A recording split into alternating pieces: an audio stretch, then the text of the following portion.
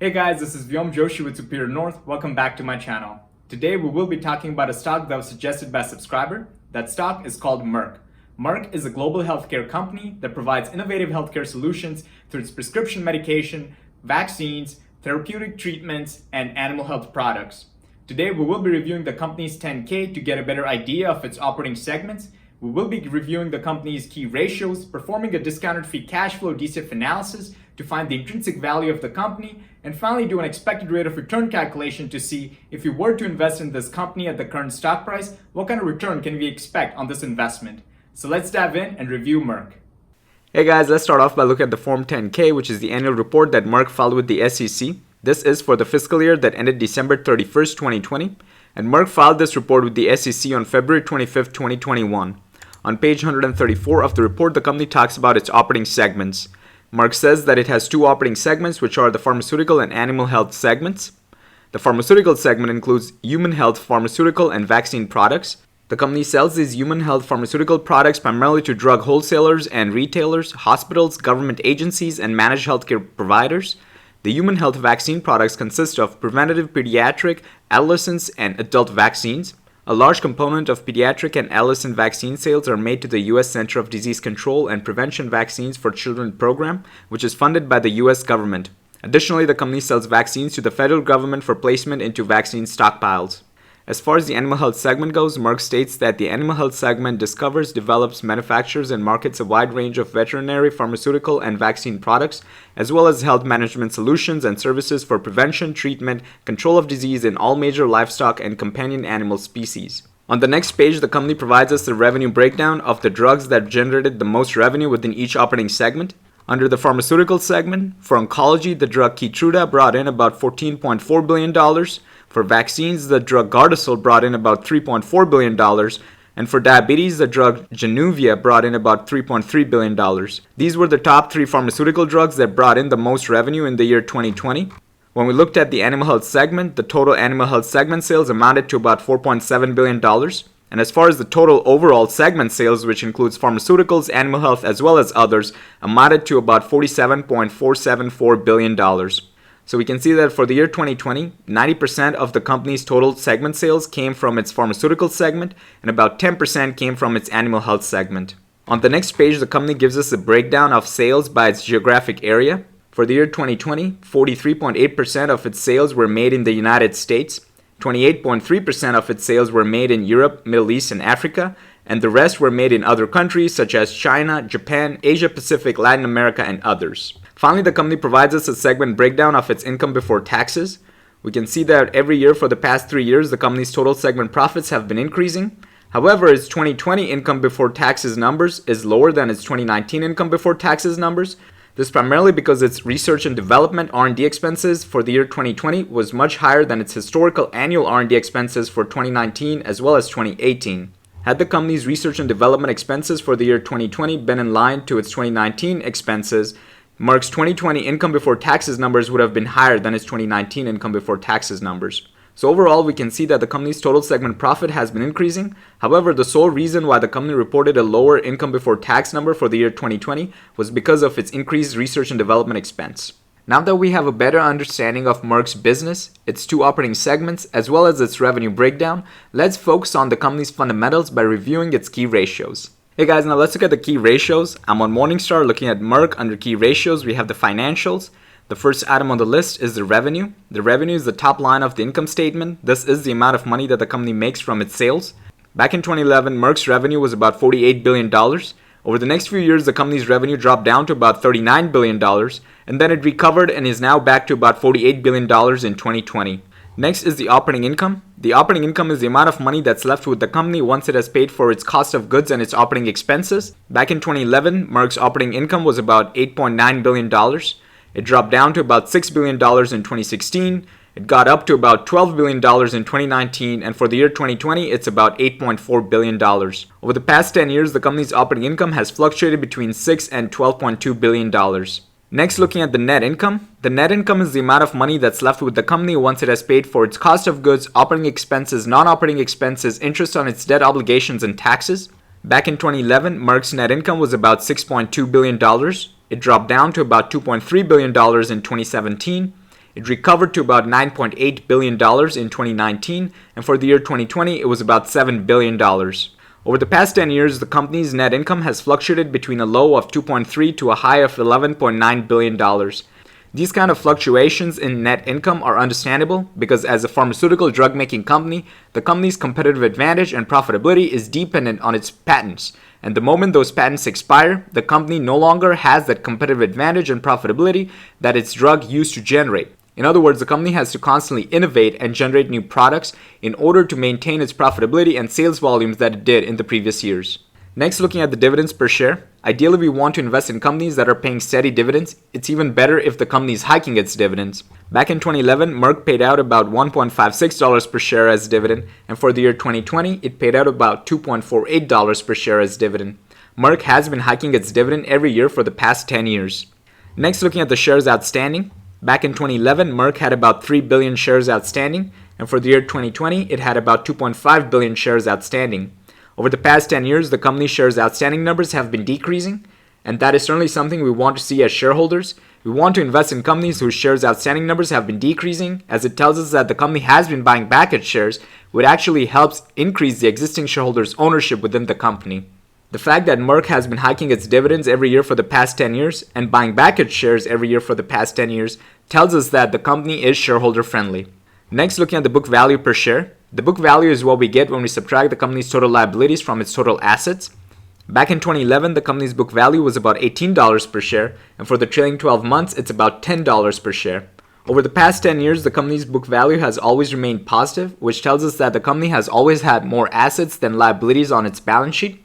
However, the fact that its book value per share has slowly been decreasing tells us that either the company's assets have been decreasing or its liabilities have been increasing on its balance sheet. Finally, looking at the free cash flow. The free cash flow is what we get when we subtract capital spending from the company's operating cash flow. Back in 2011, Merck's free cash flow was about $10.6 billion, and for the year 2020, it's about $5.5 billion.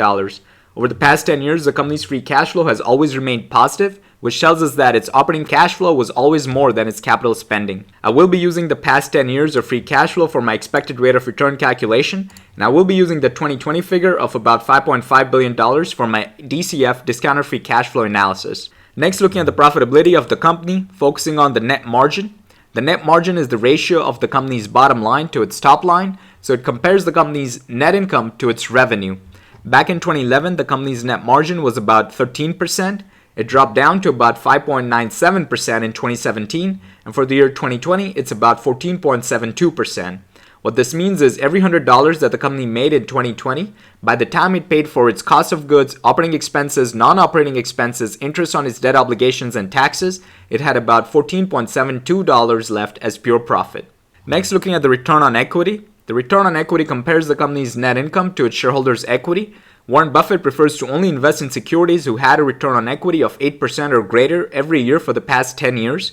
Back in 2011, Merck's return on equity was about 11.49%, and for the year 2020, it was about 27.59%. Over the past 10 years, there has only been one year, back in 2017, when its return on equity was less than 8%. We should always be cautious when we see higher return on equity numbers, such as those in 20s and 30s, because it tells us that either the company has been making a lot of money, in other words, it is generating a lot of net income, or, which is the more likely scenario, the company has been taking on more debt and having increased liability, which makes the equity portion tiny. So when we compare the company's income to its tiny equity portion, we're bound to get inflated return on equity numbers.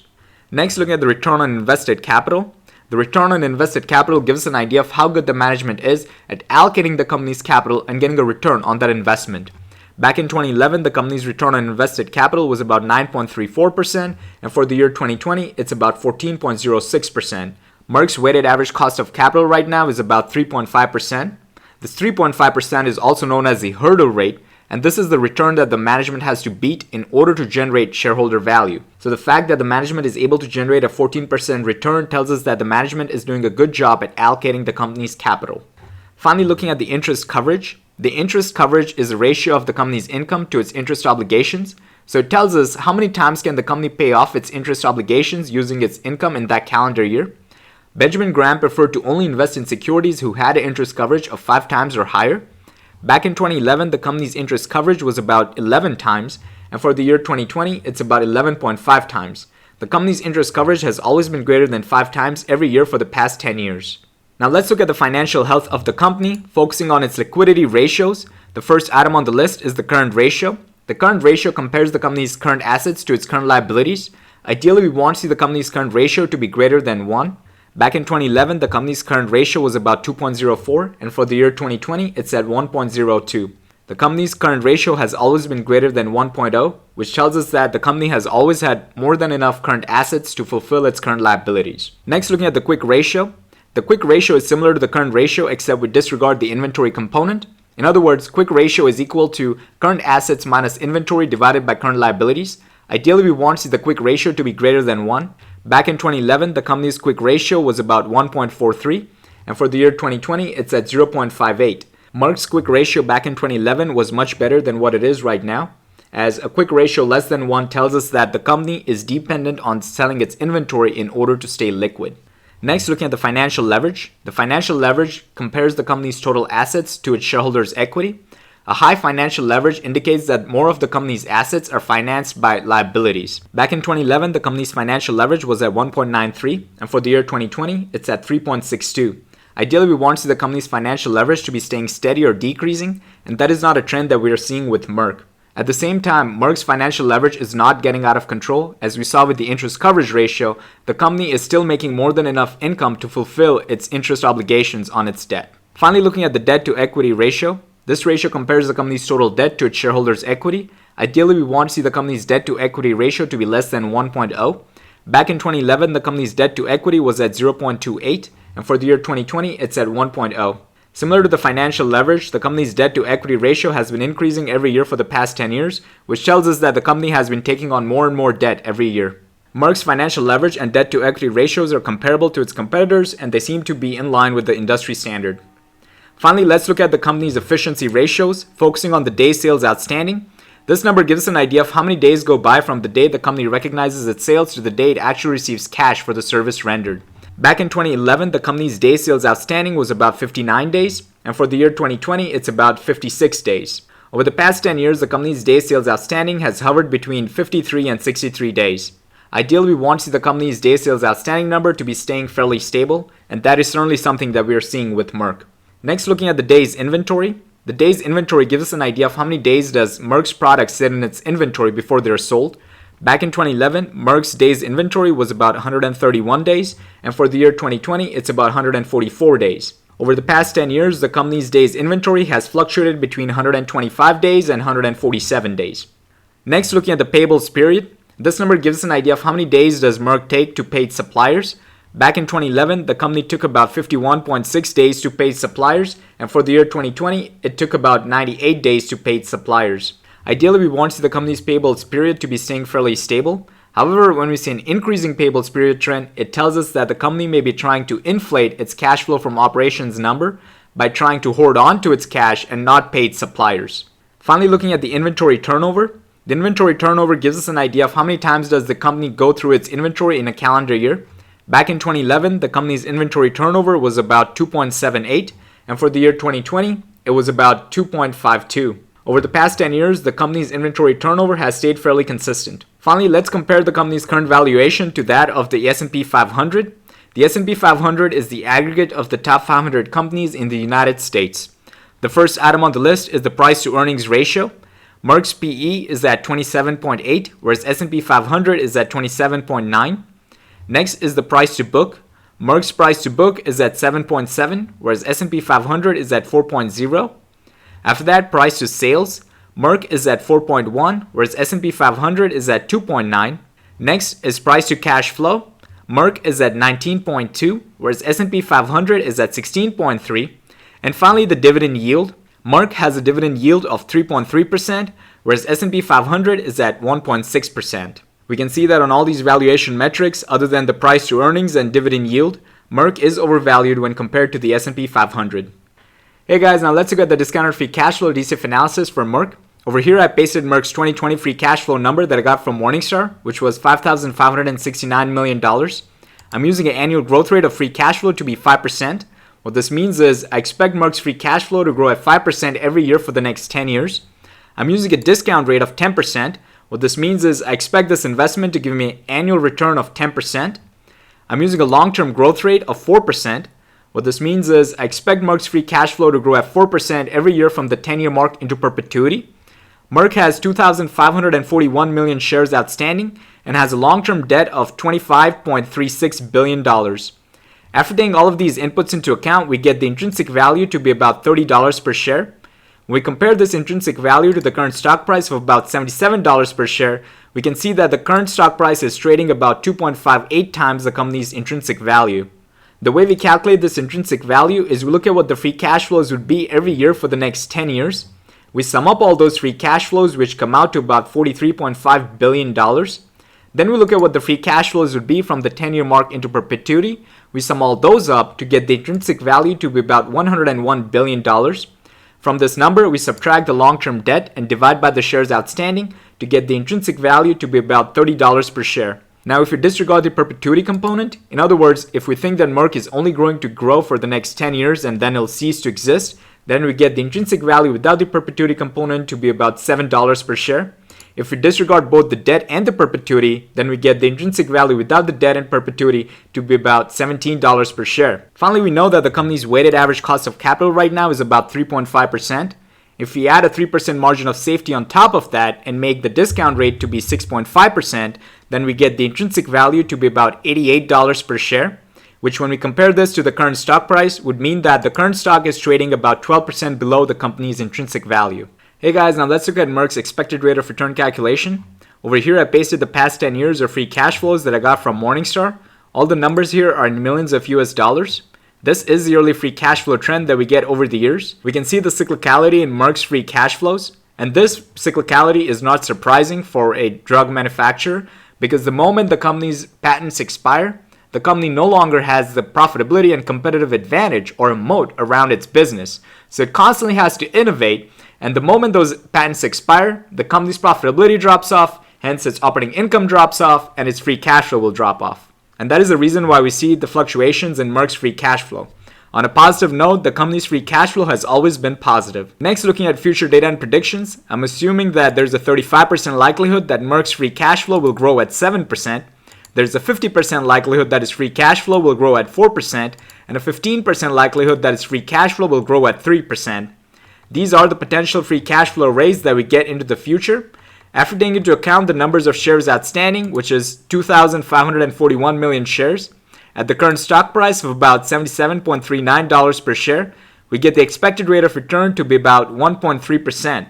What this means is if we were to invest in the security at about $77 per share and hold the security through 2060, then we can expect to get an annual return of about 1.3% on this investment. Hey guys, now let's wrap it all up. We reviewed Merck's two operating segments, the pharmaceutical segment, which brought in about 90% of the company's 2020 sales, and the animal health segment, which brought in about 10% of its 2020 sales.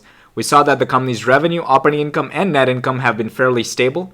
Merck has been hiking its dividend every year for the past 10 years and has been buying back its shares every year for the past 10 years, both of which point to the fact that the company is very shareholder friendly. Merck's return on equity has been greater than 8% for most of the past 10 years, and its return on invested capital has been greater than its weighted average cost of capital, which points out that the management is creating shareholder value. The company's interest coverage has been greater than 5 times every year for the past 10 years. When we looked at the current and quick ratio, we saw that both the ratios were much better 10 years ago than what they are right now. When we looked at the financial leverage and debt to equity ratio, we saw that the company has been taking on more debt and taking on more liabilities on its balance sheet. However, the company's financial leverage and debt to equity ratio are comparable to its competitors and are in line to the industry standard. When we looked at the efficiency ratios, we saw that the company's inventory turnover has stayed fairly stable over the past 10 years. However, its payables period have been increasing, which tells us that the company may be holding on to its cash and not paying its suppliers in order to inflate its cash flow from operations number. After that, we saw that on most of the valuation metrics, Merck is overvalued when compared to the S&P 500. Next, when we performed the discounted free cash flow DCF analysis, we saw that with a 10% discount rate, the intrinsic value comes out to about $30 per share. However, when we use a 6.5% discount rate, the intrinsic value is about $88 per share, which would indicate that the current stock is actually trading about 12% below the company's intrinsic value. When we performed the expected rate of return calculation, we found out that if we were to invest in the security at the current stock price of about $77 per share, we can expect to get an annual return of about 1.3% on this investment. As value investors, we want to invest in companies that have a sustainable long-term moat or competitive advantage. However, when it comes time to investing in pharmaceutical drug-making companies, those moats have an expiration date, because when the patents to those drugs expire, the company's profit margin is going to expire. So in order to be competitive and maintain the profit margin, the drug-making companies always have to come out with new patents and new drugs which can replace those old expired patents. The companies that are basking in glory right now may be left in the dust tomorrow if they're not constantly coming out with new patents and new drugs in the market. As far as investing in Merck goes, we saw that the company has strong fundamentals, it is shareholder friendly, Warren Buffett's Berkshire Hathaway recently took a stake in it, and it appears to be a stable, long-term, low-risk investment. Hey guys, that is all I had for you this week. Hopefully you found this video on Merck interesting. If you like this content, please do like, share, comment, and subscribe. And if you have any suggestions as to which stock I should review next, please leave it in the comment section below. I will greatly appreciate it. Thank you.